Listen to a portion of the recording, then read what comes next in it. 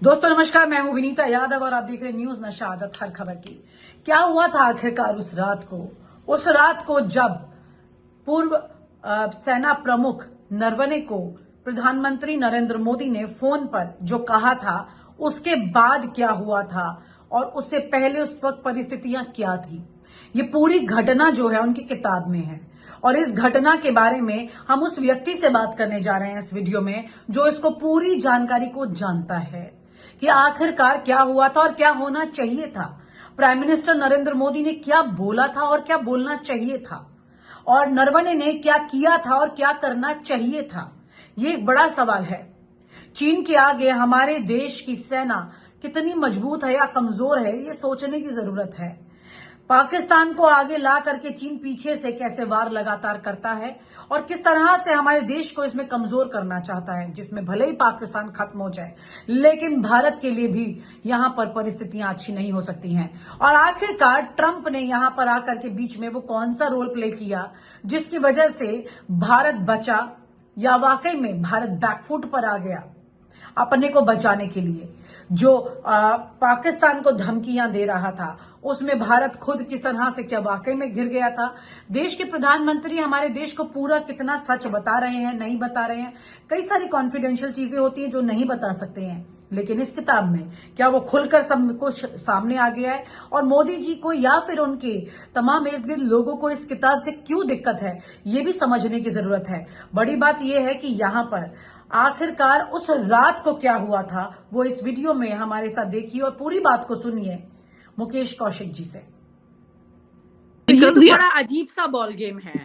मतलब आपने बॉल उधर डाल दी है और आप वो फैसला ले, मैं इसीलिए कह रहा हूँ कि ये बॉल गेम है, ये बॉल गेम है। और उसी में अगर आप महाभारत के केस पर चले जाइए, मैं इसको मिथिक में फंसाना नहीं चाहता हूँ। ये चर्चा बहुत ग्राउंडेड है, लेकिन हम लोगों को अपने इतिहास को भी झांकना चाहिए। जब द्रौपदी का चीरहरण हो रहा था और उस समय अर्जुन बार बार अपने गांडीव पर हाथ रख रहे थे, तो युधिष्ठिर ने उनको समझाया, कहते हैं कि इशारे से शांत रहने को कहा था कि शांत रहिए, नहीं तो बहुत बड़ा युद्ध हो जाएगा, अभी कौरवों के साथ तलवारें खिंच जाएंगी। और जब महाभारत खत्म हुआ और भीष्म सरसैया पर पड़े हुए थे और युधिष्ठिर उनके पास गए, तो भीष्म ने पूछा था कि जब द्रौपदी का चीरहरण हो रहा था उस दिन तुम्हारा शौर्य कहाँ चला गया था। राइट। तो ये दोनों बातें हैं। मैं कहता हूं कि अक्सर विजडम, विवेक आपके शौर्य को हर लेता है। अंग्रेजी में बहुत क्रूड लैंग्वेज में कहें तो कह सकते हैं कि विजडम किल्स योर गैलेंट्री।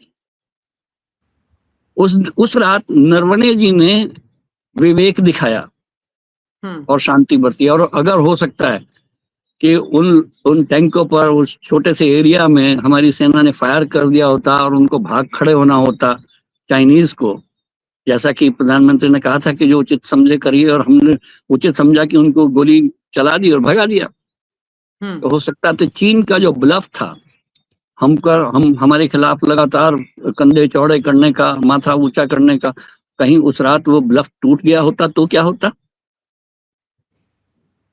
तो हम लोगों को एक पॉलिटिकल लीडरशिप को पॉलिटिकल फैसले के लिए लेने के लिए रखा जाता है और सैन्य लीडरशिप को सैन्य फैसले लेने के लिए रखा जाता है। तो इस केस में इनको लगती है, इस केस में मुझे लगता है कि पॉलिटिकल फैसला पॉलिटिकल वाले नहीं ले पाए, सैन्य फैसला सैन्य वाले नहीं ले पाए। वो विवेक पर टिक कर बैठ गए कि अगर ऐसा हुआ तो कैसा हो सकता है। ऐसे कई मुकाम इस देश के मुकद्दर में आए हैं जब पॉलिटिकल लीडरशिप को, सैन्य लीडरशिप को ये तय करना पड़ सकता हुआ कि अब क्या फैसला लेना है। ये फैसले कांधार की हाईजैकिंग में भी हुए थे कि जब अटल जी से पूछा जा रहा था कि हवाई जहाज अमृतसर पर खड़ा हुआ है, हम क्या करें जी, और बहुत देर तक फैसला नहीं आया। कि वो देश के लिए सोच समझ के 2008 में जब इस देश को पूरी तरह से कब्जे में लिया हुआ था 10 पाकिस्तानियों ने, और मनमोहन सिंह सरकार से पूछा जा रहा था इनका क्या करें जी, या फिर जब संसद पर हमला होने की बारी आई और एक ऑपरेशन पराक्रम चला और ये सेना के सामने स्थिति थी कि लड़े कि ना लड़े जी, इस तरह के बड़े फैसले, या पहलगाम होना या पुलवामा होना, पहलगाम होने के बाद क्या उनको मारें कि ना मारें, पुलवामा होने के बाद पाकिस्तान पर हमला करें कि ना करें, ये ऐसे बड़े फैसले हैं जो पॉलिटिकल फैसले होते हैं। और जब पॉलिटिकल फैसला हो जाता है, मुझे याद है कि फली मेजर से के साथ जो उस समय वायुसेना प्रमुख थे 2008 के समय, तो उन्होंने हमसे एक ब्रीफिंग की डिफेंस कॉरेस्पोंडेंट के साथ, बोला ये बिल्कुल सीक्रेट ब्रीफिंग है, आप सवाल पूछ सकते हैं लेकिन कुछ लिखना मत और बताना मत। और चूंकि अब वो बहुत बात पुरानी हो गई इसलिए उसमें बताने में कोई दिक्कत नहीं है। तब उस समय के रक्षा मंत्री एंटनी ने, प्रधानमंत्री ने उनसे पूछा था कि क्या हम पाकिस्तान के उन आतंकी शिविरों पर हमला कर सकते हैं जहां से ये हमले हुए थे। तब हमारे वायुसेना प्रमुख ने कहा कि हम चाहें तो एक इमारत की खिड़की के भीतर, इस खिड़की में डालना है मिसाइल, हम वो क्षमता रखते हैं, लेकिन अगर हमने वो मिसाइल वहां पर डाली तो एक फुल फ्लेजेड वॉर हो सकती है, आप उसके लिए तैयार हैं क्या। तब उस समय के बारे में हमने पूछा कि क्या उस समय मनमोहन सिंह या रक्षा मंत्री एंटनी का क्या कहना था कि ऐसा कर सकते हैं क्या। तो उन्होंने कहा, उन्होंने तो बहुत बड़ी वीरता के साथ उस समय कहा था कि आप इस बारे में ध्यान मत दीजिए कि हम युद्ध होगा कि नहीं होगा, आप हमें सिर्फ स्थिति बताइए कि आप ये कर सकते हैं कि नहीं कर सकते हैं। और बात खत्म हुई। और फिर सब जानते हैं कि ना 2008 के मुंबई हमले के बाद जो कुछ हुआ वो हमको सबको पता है जी। पुलवामा के बाद, पहलगाम के बाद जो कुछ हुआ वो पता है, उड़ी के बाद जो कुछ हुआ वो हम सबको पता है। जी सर, मेरा सवाल ये है कि यहाँ पर ये अगर किताब में ऐसी कोई बात नहीं और मंशा इतनी साफ थी, तो फिर सदन में जब किताब का जिक्र हुआ तो स्पीकर ने क्यों रोका, क्यों खुल के पटल पे बात नहीं आने दी सदन में? दो बातें, दो बड़ी राजनीतिक मूर्खताएं खुलकर सामने आई। एक ये कि राहुल गांधी ने इस पूरी कंट्रोवर्सी में जो कुछ कहा वो बिल्कुल सही कहा, किताब को कोट करना चाहते थे, वो संसद में पढ़ना चाहते थे, उसमें कोई दिक्कत नहीं है। भारतीय जनता पार्टी के फ्लोर मैनेजर्स की मूर्खता ये थी कि उनको ये पता नहीं था कि ये सब पहले बाहर आ चुका है। हाँ। इसको अगर संसद में एक बार फिर बोल लेंगे राहुल गांधी तो क्या मिल जाएगा, क्या हो जाएगा, उल्टा इससे और चर्चा लोगों के दिमाग में चर्चा सवाल हो जाएगी। वो जवाब देते थे, वो जवाब दे सकते थे कि बॉस हमारे चीफ ने, हमारे तो मोदी ने उनको खुला हाथ दे दिया था, करते क्यों नहीं है वो। जो आप उचित समझो करिए, आप कर नहीं रहे हो, इस पर आप खुल के सामने आ सकते थे। दूसरा ये जो कांग्रेस की मूर्खता है, वो उन्होंने बड़ा पॉइंट इसको उठाया जबकि अग्निवीर इस देश को ज्यादा टच करता है। और उसमें उन्होंने कहा था कि ये फैसला हमारे लिए सडन था, यानी कि सेना प्रमुखों को नहीं पता था कि अग्निवीर योजना इस ढंग से सामने आने वाली है। झटका था ये, झटका था हमारे लिए, it was a bolt of the blue. तीनों सेना प्रमुख ये हक्का बक्का रह गए थे कि व्हाट इज दिस। तो अगर इस पॉइंट को वो ज्यादा एम्फेसिस करते तो हो सकता है कि पॉलिटिकली उनके लिए ज्यादा होता है। लेकिन अभी क्या हासिल हुआ है, राहुल गांधी को हासिल कुछ नहीं हुआ है इसमें। या तो जनरल नरवणे का नाम सामने आ रहा है कि नरवणे जी ने कुछ ऐसा कर दिया था, और पूरी कंट्रोवर्सी भी सामने नहीं आई, ये भी नहीं सामने आया कि ऐसा क्या था। भी पेंगुइन की विन विन सिचुएशन है, उसने ना किताब छापी, उस समय पूरी पब्लिसिटी ले ली, लास्ट में एक आप 2-3 दिन पहले एक बयान भी जारी कर दिया, क्योंकि उनको तो कारोबार करना है, वो तो उनके तो पूरे कारोबार चलाना है इस पूरे पर। तो इसमें अगर किसी का कोई फायदा हुआ है तो एक पब्लिशर पेंगुइन का हुआ है, या नाम कमाना हो तो जनरल नरवणे का हुआ है, बाकी तो कुछ नहीं हुआ ना। पॉलिटिक्स तो वैसी की वैसी रही। तो भारतीय जनता पार्टी के फ्लोर मैनेजर की मूर्खता ये है कि उन्होंने इसको रोकने की कोशिश की। और कांग्रेस की तो है ही, वो तो पुरानी मूर्खताओं का पुलिंदा है, जिन्होंने उस पॉइंट को नहीं उजागर किया जो वास्तव में उनकी पॉलिटिक्स को चमका सकता था, जो लाखों करोड़ों युवाओं से जुड़ा मामला है। अग्निवीर एक ऐसी दुखती नस है सेना की, जिसको ऑपरेशन सिंदूर में भी हम सब लोगों ने देखा।